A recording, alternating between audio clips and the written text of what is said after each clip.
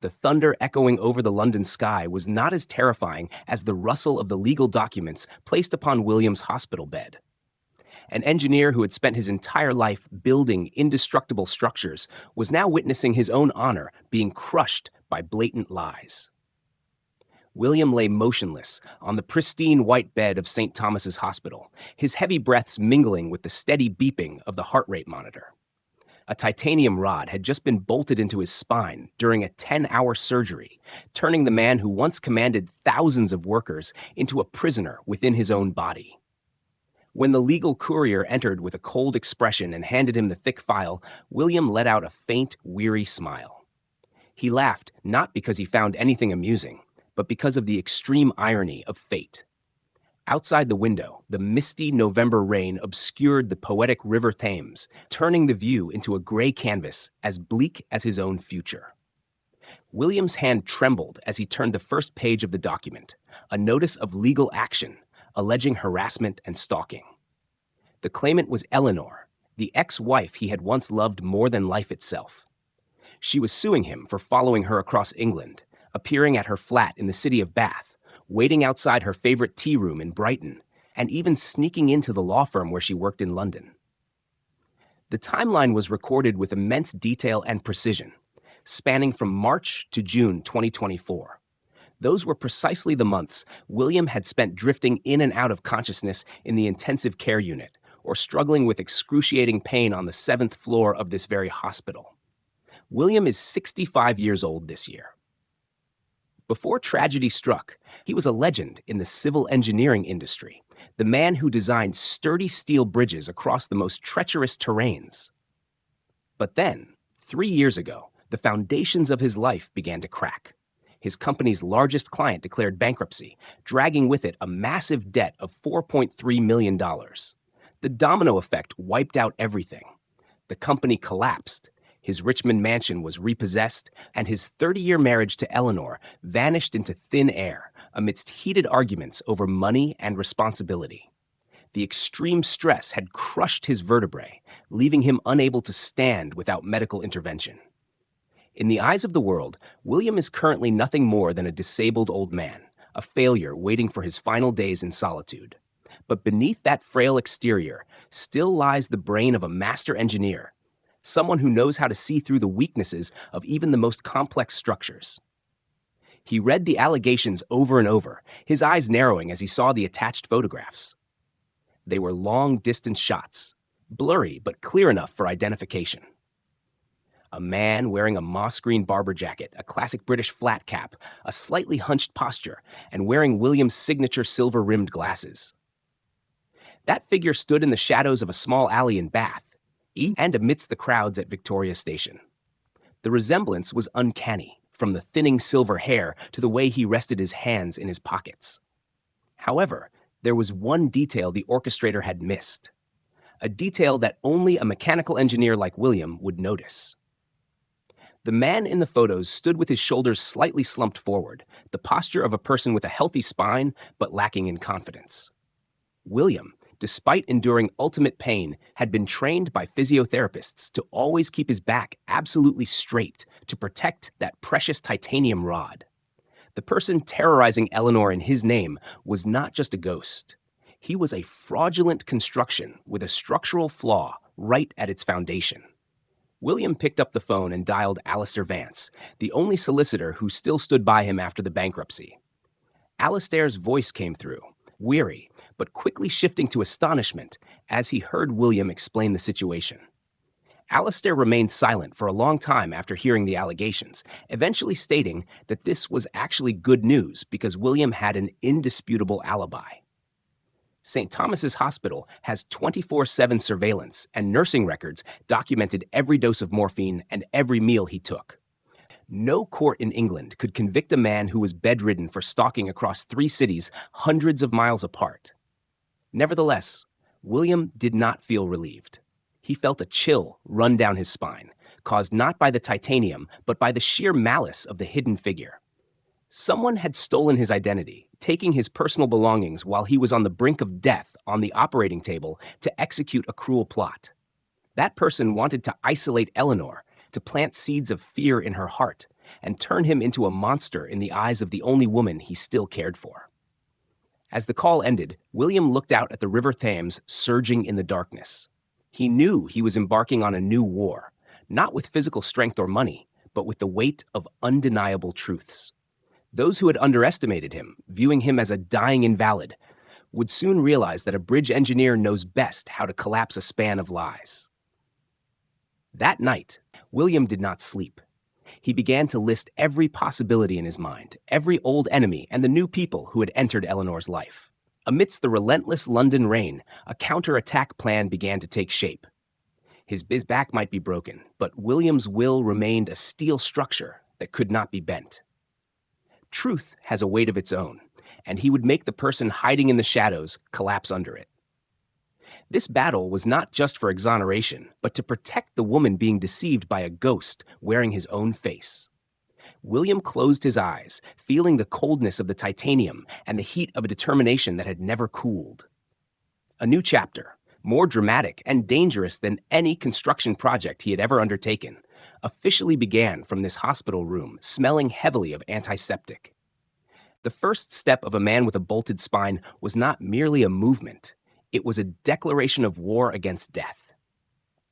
William grit his teeth, cold sweat pouring down his forehead as he attempted to lift his left foot from the marble floor of the physiotherapy room. It felt like 1,000 red-hot needles piercing through his spinal cord, where the cold titanium rod was forcing his vertebrae into a new alignment. The young nurse looked at him with eyes full of pity, her hands clutching the walking frame, constantly reminding him to breathe. They saw a frail, dying old man, but William saw a bridge being rebuilt across the abyss of despair. Every inch he gained was a slap in the face of the orchestrator out there, the one who had asserted to the court that William had walked along the wind-swept Brighton Pier on the very day he was still learning to sit up without fainting. Alistair Vance entered the practice room with a darkened expression, a high-resolution color file tucked under his arm. This solicitor had worked with William for 15 years, witnessing him fall from the heights of glory to the depths of bankruptcy, but he had never seen his client look so terrifyingly resolute. They sat in a secluded corner where the large hospital windows overlooked Big Ben, standing tall in the signature London fog. Alistair spread the photographs across the table. One taken at Queen Square in Bath, another outside an old bookshop in Oxford. In each photo, a figure with William's face and stature stood lurking in the crowd, his eyes behind silver-rimmed glasses always fixed upon Eleanor with a morbid obsession.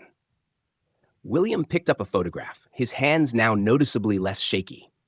He looked deep into the man in the photo, who was wearing the worn-out Barber jacket he had always loved, an item he had carefully stored in his hospital locker before the surgery.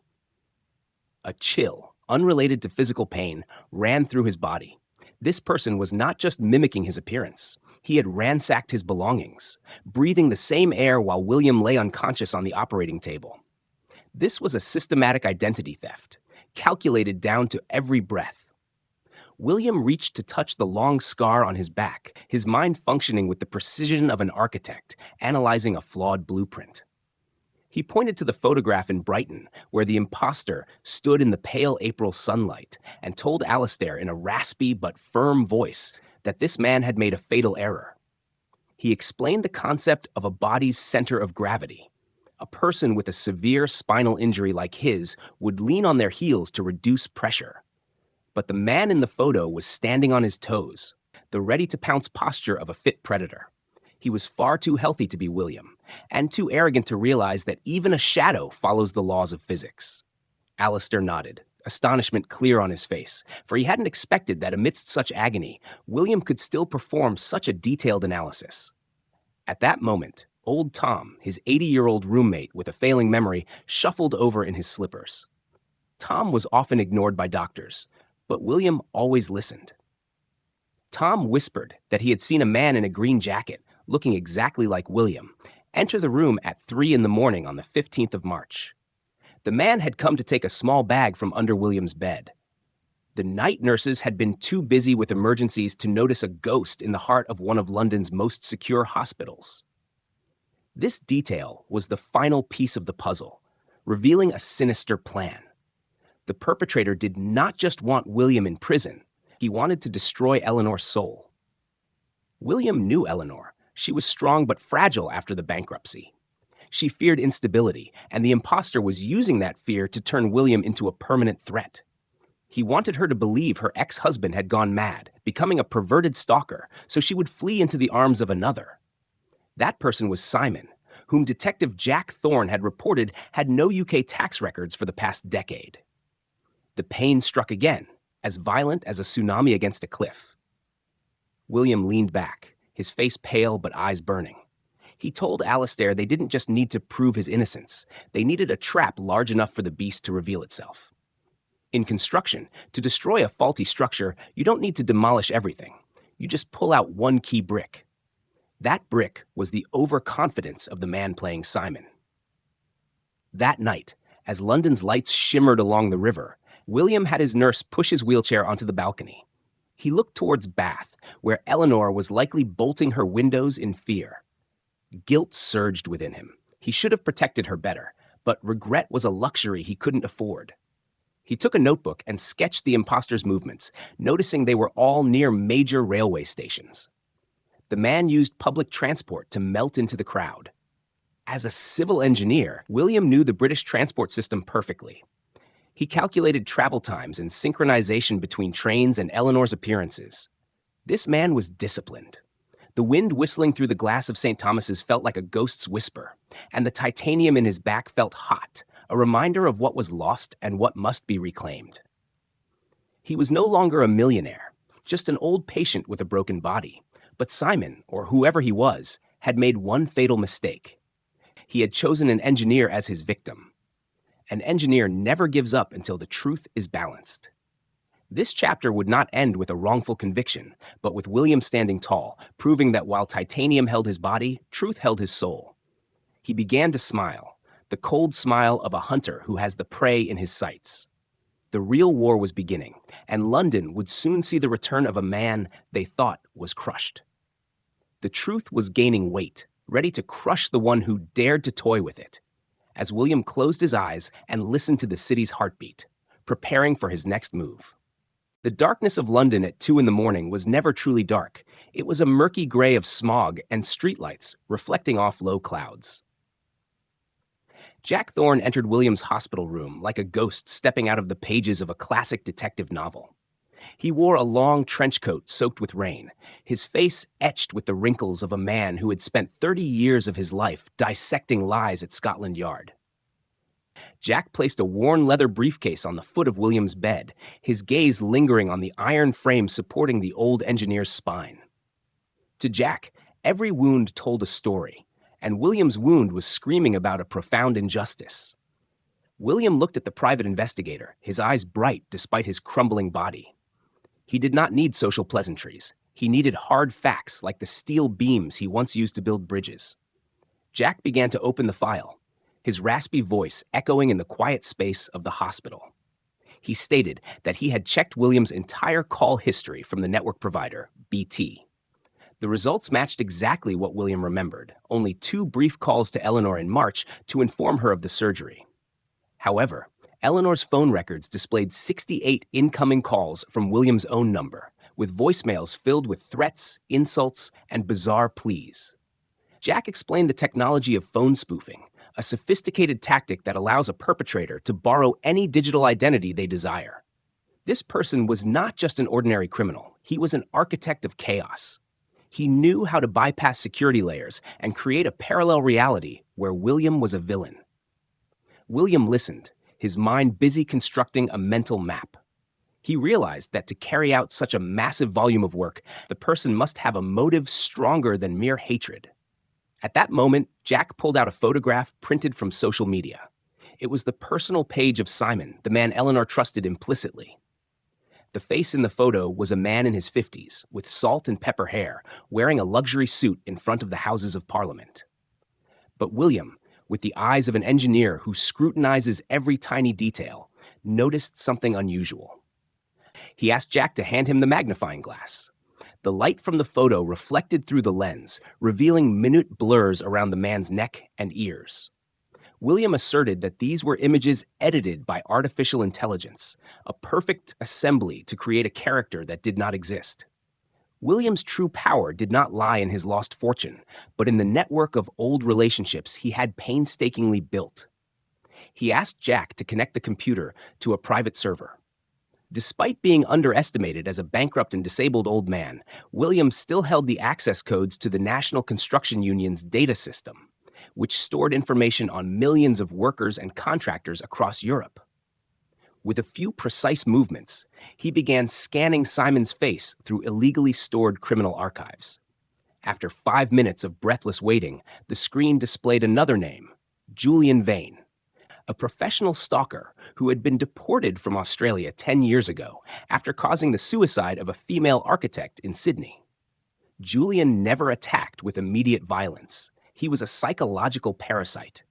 He chose women who had just experienced major life events, then created a fake enemy of their ex-partners to play the hero saving the damsel in distress. He had followed William and Eleanor's divorce through the London tabloids, waiting for the moment William was weakest on the operating table to strike. William felt a surge of electricity run along the titanium rod in his back. It was not pain, but the fury of a builder seeing his life's work hollowed out by a pest. He realized Eleanor was not just suing him, she was living with a demon. Every day she spent with Simon was a day she moved closer to the abyss that Julian Vane had dug. The atmosphere in the hospital room suddenly became thick. Jack Thorne looked at William with newfound respect, realizing that the man sitting in this wheelchair had the ability to control the game in a way that no police officer could. William began to analyze Julian's psychological structure. He was a man who craved absolute control. The fact that he chose clothing identical to William's and used William's phone number proved he wanted to completely erase William's existence and replace it with his own. But Julian was mistaken in believing that a broken body meant a broken intellect. William told Jack they would not rush to the police. If Julian felt threatened, he would disappear and take Eleanor with him. They needed to lure him into a trap where he believed he was winning completely. William asked Jack to track down the photographer who had provided the photos for Julian. A stalker always needs a second pair of eyes. William predicted the person must be a freelancer, in debt, and present in Bath and Brighton at the same time as Julian. While Jack took notes, William leaned back against the pillow, his eyes closed, but his brain racing against time. He was calculating the load-bearing capacity of the lies Julian had built. He knew that every lie was like a grain of sand in poor-quality cement. Sooner or later, it would crack under the pressure of the truth. The conclusion of this chapter was not gunfire or chases, but a terrifying silence. William opened his eyes, looking at his reflection in the glass window. He no longer saw a failed old man. He saw a man preparing to collapse a bridge of crime. He told Jack that truth had its own weight, and he would be the one to place the final weight on the scales of justice. Eleanor would be free, and Julian Vane would have to learn the lesson that one must never challenge an engineer on the stability of a structure. The London night was still raining, but in William's heart, a fire had been lit, brighter and hotter than any steel furnace in the world. The truth was coming, and it would bring no mercy for those who dared to trample upon it. William closed his eyes again, took a deep breath, and prepared for the fateful confrontation in central London, where all masks would have to fall before the weight of reality. The boardroom on the 12th floor of a shimmering glass tower overlooking the River Thames and the Shard held an atmosphere thick with hostility. The afternoon London sun pierced through the large panes, reflecting off the polished oak table where fates were about to be decided. Eleanor sat opposite William, her eyes shadowed and weary, her hands clasped tightly together as if trying to keep her soul from shattering. Sitting beside her was Simon.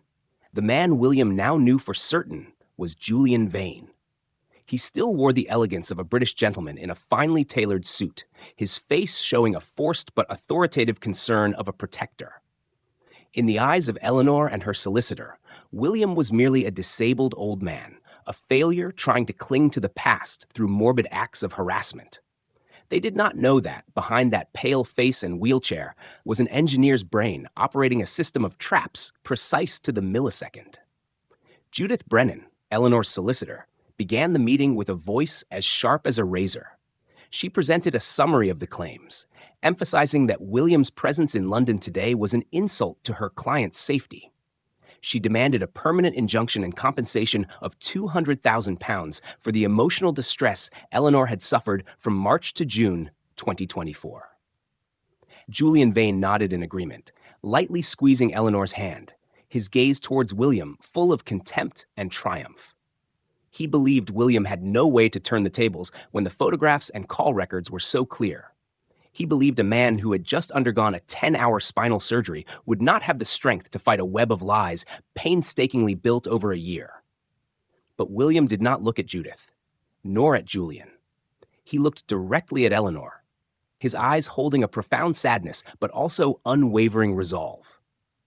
When Alistair Vance began to present the response, the room suddenly became so silent that one could hear the wind whistling through the glass. Alistair did not begin with dry arguments. He placed a laptop on the table and opened a data chart from a health-tracking biochip embedded in the titanium rod in William's back. Alistair explained that this was part of a medical trial at St. Thomas's, Hospital for Complex Surgeries. The chip recorded heart rate, blood oxygen levels, and specifically the patient's precise GPS coordinates 24 hours a day to ensure no complications occurred during recovery. The chart glowed brightly under the boardroom lights. From the 12th of February to the 10th of June 2024, William's coordinates never left a 50-meter radius of St. Thomas's Hospital. Alistair pointed to heart rate peaks in April, the time Eleanor claimed to have seen William chasing her in the city of Bath. Those peaks were actually when William was experiencing post-operative septic shock in the intensive care unit, where doctors fought every minute to save his life. Eleanor froze, her breathing becoming rapid as she looked at those cold numbers. The truth began to seep into her mind like icy water, freezing the accusations she had believed for so long. Only then did William speak, his voice low but heavy as a 1,000-year-old stone. He told Eleanor to look closely at the photographs once more. He explained the principles of load-bearing in the human body. The person in the photos stood firmly on two legs with their center of gravity shifted forward, a posture entirely impossible for someone with a 30-centimeter titanium rod in their spine like him. William stood up, an excruciatingly painful act that made his face contort. But he refused Alistair's help. He stood straight with all his will, just to show Eleanor that his presence now was an extraordinary medical effort, not the agility of a stalker lurking in the shadows. At the height of the tension, the boardroom doors swung open. Jack Thorne entered, followed by two officers from the Metropolitan Police Task Force. Jack did not say a word. He placed a thick file on the table and played a video from the CCTV system of a second-hand shop at Camden Lock.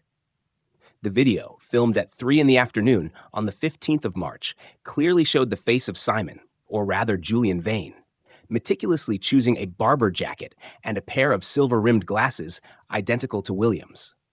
The video even captured the sound of him joking with the shopkeeper about preparing for the performance of a lifetime.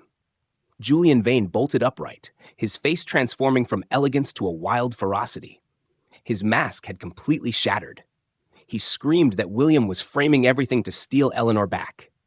The overconfidence of a psychopath had vanished, replaced by the panic of a cornered beast.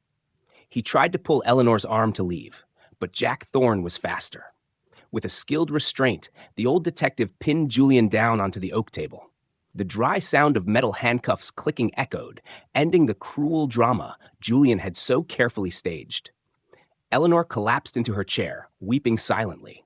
The violation of truth made her feel disgusted with herself and the man she had once considered her savior. She realized that for the past 4 months she had not been protected.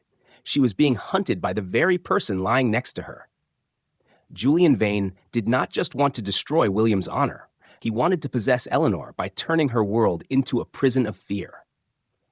The police began reading Julian his rights, charging him with identity fraud, aggravated harassment, and breaching previous orders from Australia and Canada. William sat back in his wheelchair, his body trembling with exhaustion, but his soul had never felt so light. He watched Julian being led away through the glass doors. Julian's underestimation of a disabled old man was the largest flaw in his criminal structure. Julian had forgotten that an engineer like William could have broken bones, but a passion for precision and factual evidence was something that could never be bent. Justice in this room did not come from emotion. It came from bites of data, tracking trails, and the tireless persistence of those who believed in the truth. The meeting ended in the heavy silence of the remaining people. Judith Brennan packed her documents with a pale face, knowing her career would be severely affected. Eleanor still sat there, her shoulders shaking with every sob. William signaled for Alistair and Jack to step out first. He wanted to give his ex-wife private space, not to reproach her, but to begin the process of healing. The truth had finally been exposed under the London afternoon sun, brilliant and merciless. William took a deep breath, feeling the salt of sweat and the sweetness of freedom. He knew the road to recovery was long, but today he had built the most important bridge of his life, the bridge leading back to the light of truth. The weight of lies had been crushed, giving way to the weight of complete justice. Tonight, for the first time in months, William could sleep without being haunted by the ghost wearing his own face. London outside was still noisy and hurried, but in William's mind, a strange peace was spreading, strong and steady as the titanium in his body. The echo of the metal handcuffs still haunted the quiet space of the London law office, even long after Julian Vane had been led away. William sat there, his thin hands resting on the wheelchair frame, feeling the gentle vibration of the titanium rod in his spine like a tuning fork slowly rediscovering its balanced rhythm. The gray clouds over the city sky began to disperse, giving way to the final rays of afternoon light that cast a brilliant golden bronze hue upon the River Thames. Eleanor remained motionless, her slender shoulders trembling with every shallow breath. Truth does not always bring immediate joy. Sometimes it is a surgery performed without anesthetic, peeling away layers of lies to leave an open wound that is bleeding yet clean. 3 weeks later, William began a new chapter at an intensive physiotherapy center near Richmond Park. Every morning for him was a 40-minute battle on the treadmill, where he had to concentrate his entire will to control each muscle group that had been neglected for the past half year. He no longer looked at massive civil engineering blueprints. Instead, he was redesigning his own ability to move. The recovery was slow but certain, much like the way a concrete foundation needs time to reach its maximum strength. On a windy Thursday afternoon, Eleanor appeared in the center's waiting room. She stood there in a simple black outfit, looking much older than the last time they met, but her eyes had regained their inherent clarity.